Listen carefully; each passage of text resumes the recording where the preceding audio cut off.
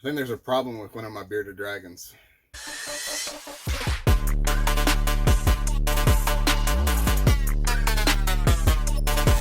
What's up, YouTube? So, there's a problem, and I'm going to get straight to it. One of my bearded dragons, I think, has parasites. Now, I personally don't take my bearded dragons to the vets. I haven't found a vet around me that is as knowledgeable about the beardies as I am. Obviously, there's certain things that you actually do have to take your beardies for because of the fact that some things do need medication. But treating for parasites, if you catch it early on, you don't actually need any further medication. You just need to get rid of the parasites. Now, just like with dogs, cats, and any other animal you can buy, there is parasite medication. There is dewormer, I guess you could call it. And this dewormer is what you need to get rid of the parasites. Before I go into the fact of what you need to do to get rid of parasites in your bearded dragon, or if you suspect your dragon has parasites, I want to give you a disclaimer because I'm not a vet professional. I have no knowledge whatsoever. I have no background of veterinary medicine at all. This is just strictly what I've been doing on my own animals. And I just want to give you kind of an idea of what I go through in the process of figuring out if my dragon has parasites or not. So, with that said, I'm going to show you the dragon that has parasites. And I don't want to touch her too much because she is stressed out because of the fact that she has parasites. I also want to say that all animals carry parasites on their own. When they have a problem with parasites, it's because they have an increased amount of parasites in their digestive tract, and that is where they have issues. This can happen from being fed insects that are high in parasite counts, being that so they are unhealthy insects to begin with. This also could happen from not feeding your dragons enough food. So what I think happened with her was that she wasn't eating. She got fed. She just wasn't eating the insects. She wasn't eating the roaches. And I think the reason behind that was because she could see other dragons outside of her enclosure. Because right now, the way I have set my building up, because of the baby rack, she can see other dragons. And I think that stressed her out, and she went into hiding for a little while, and she didn't eat for about a week. This also could impact her parasite levels because the parasites that she already has are not getting nutrients and also not getting food that they eat, because whenever your dragon eats, the parasites that are in there, the healthy parasites, they eat as well, and that could also cause an issue. So eventually those parasite levels become an unhealthy amount of parasites because of the fact that your dragon isn't eating and isn't digesting food. Now, again, not a veterinary, no veterinary background whatsoever. It's just me, what I think happens. This is what I've seen happen. The other thing that I could have been was she already had parasites and then she went into hiding, and her going into hiding and me thinking that maybe it was just because she was stressed also could have caused her parasites to get to an unhealthy amount before I started treating it. So what I do, the way I notice that a bearded dragon has parasites is there's three things that I look for whenever I think a bearded dragon has parasites. Usually they have runny poop. And that's like 9 times out of 10, they will get runny poop. Number 2, that poop is also going to be very, very, very stinky poop. It's not going to be the normal type of poop that you're dealing with. Now, this poop being stinky is not the only sign of parasites, because depending on what you feed them, they could also have stinky poop as well. So that's just another thing that you have to look for. You have to look for all signs, just not the one sign of stinky poop. 3, they're lethargic. Lethargic just means they're not eating, they're not moving, they're not basking, and that's a sign that there's something internally wrong with that bearded dragon, which is what I saw with her. Once she didn't come out of her hide or bask for a few days, I was like, there's something wrong.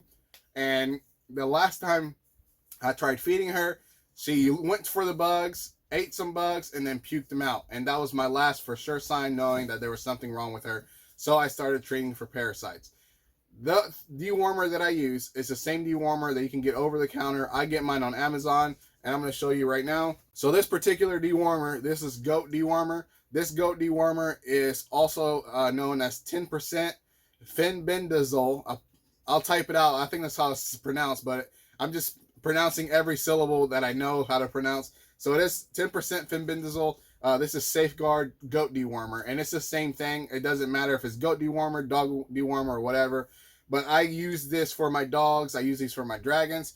and this is a 125 milliliter bottle. This thing has lasted me almost the entire shelf life of this bottle. This bottle expires in May of 2024. I've probably had it since 2019. So it lasts 5 years. So far, I still have it. And if I look in here, I haven't used maybe a quarter of this bottle. Now, you're probably wondering, why would you get so much if you don't need that much? And this is, it doesn't hurt to have more. My deworming schedule, my parasite deworming schedule, dewormer for goats, super good, by the way. I'll put a link in the description below where I get it on Amazon. So before I go into my schedule and before I tell you what the dosage is and all that, I also want to give a shout out to Yellow Room. So this is ran by Jessica and Ryan Malongo, and they are out of Florida, but they also run a beardeddragon.co website. And on this website, I'll show you as I'm talking about it. On this website, you can order certain, again, they are not veterinary professionals. So what you get on there is at your own risk. Whatever you get on there, you can find certain things for parasites. Some of the parasite medication is grape flavored and stuff like that, which I think is pretty cool. Not that the dragon's probably going to care about it, but I just think it's pretty cool.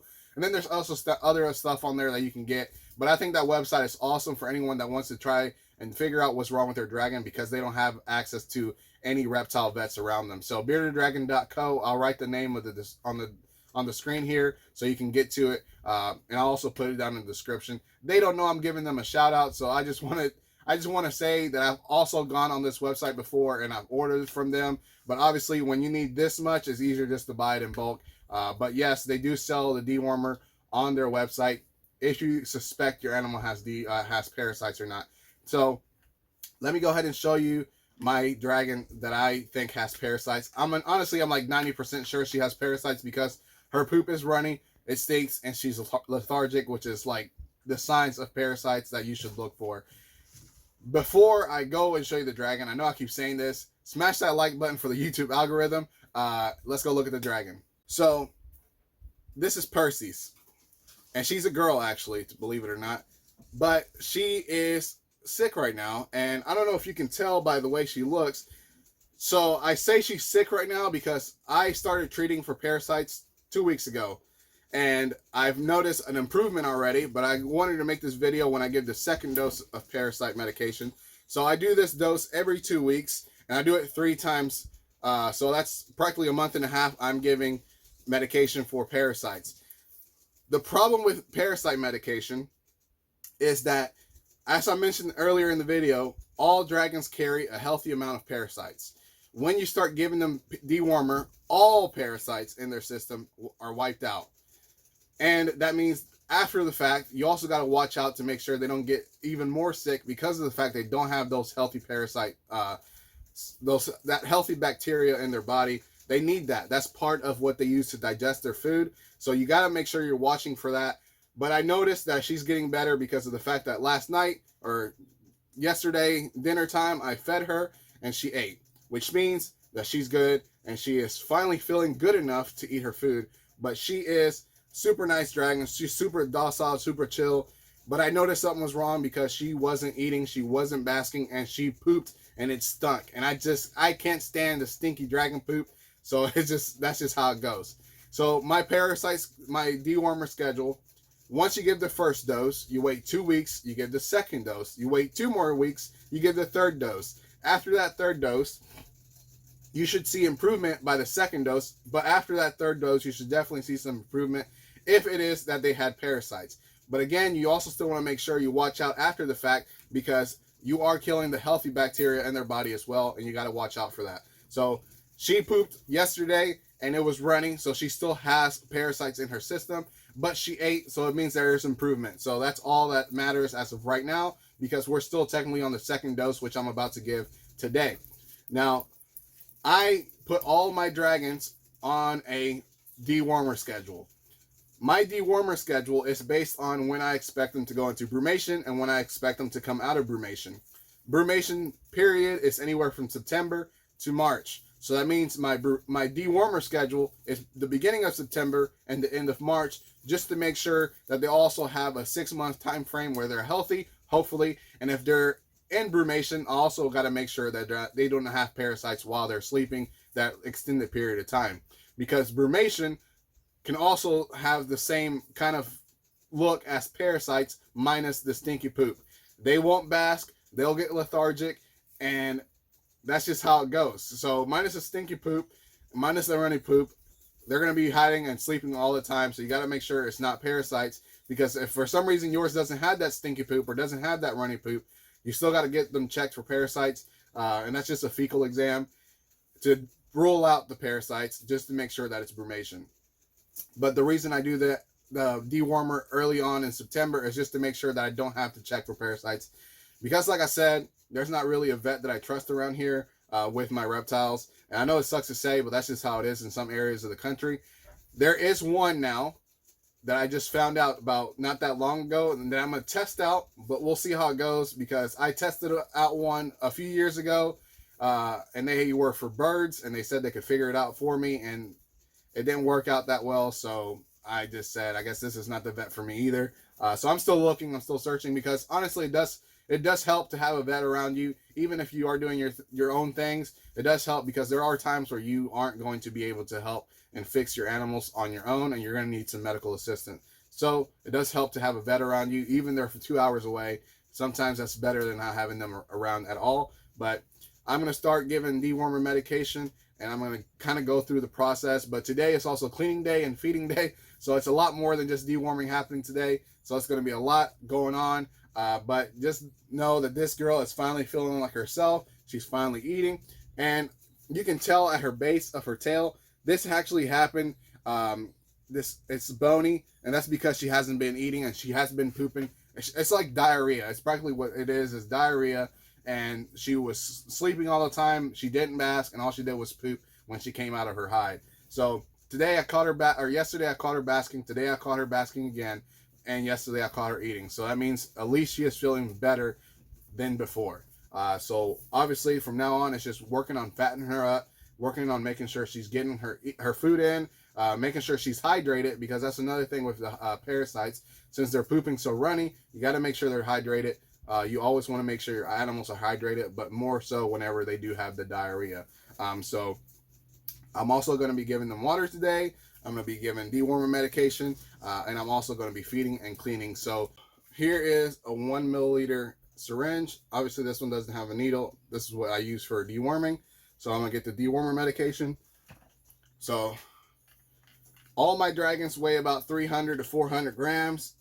And the dosage, which you'll see when you order yours, I'm not going to tell you what the dosage is, because I don't want you taking my word for it. I want you to take the advice of the person giving you the dewormer medication. So I give almost all my dragons the same dosage, because of the fact they're about the same weight. And from what I've seen using it, I don't know, at least for the last 5 years I've been using this one, what I've seen is that there's not really an overdose of dewormer. Obviously, you don't want to give them like double their dose. A little bit more doesn't hurt them, but double their dose, watch out. I haven't used that much dosage, but I just know that it's probably not best for them to get double dose.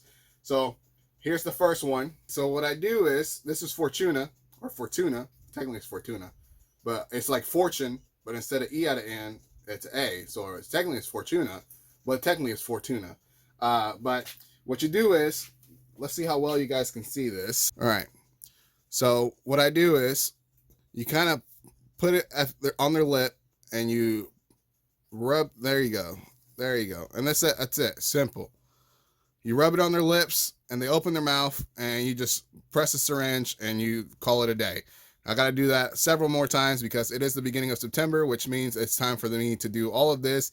Now I put them inside of a container with some water in it. That way they can drink, and then I feed them afterwards. Just get their bellies full, so that dewormer doesn't really do any harm. Obviously, it's not supposed to do any harm, but just to get their bellies full. But yep. Next one, just to show you again. Put it on their lips. Sorry, I gotta hold her head. And they open their mouth, and you throw it in there. And that's it. Super simple. This is Rita. Rita wants to go. Before I let you go, though, I do want to say that there is a dosage chart on the beardeddragon.co website. And when you order the dewormer medication, they also send you that dosage chart. At least they did whenever I used to order it. I don't know how they do it now. They maybe just send you a link with the dosage chart. Obviously, that might be easier that way. But either way, you will be able to have that information whenever you get your bearded dragons dewormer medication. So obviously, be careful with what you're doing. You're not a vet. If you need vet assistant, go find a vet. If you don't feel comfortable in what you're doing, go find a vet. Just do what you need to do for your animal. I have to do it this way because, again, I don't have a vet nearby where I trust them 100%.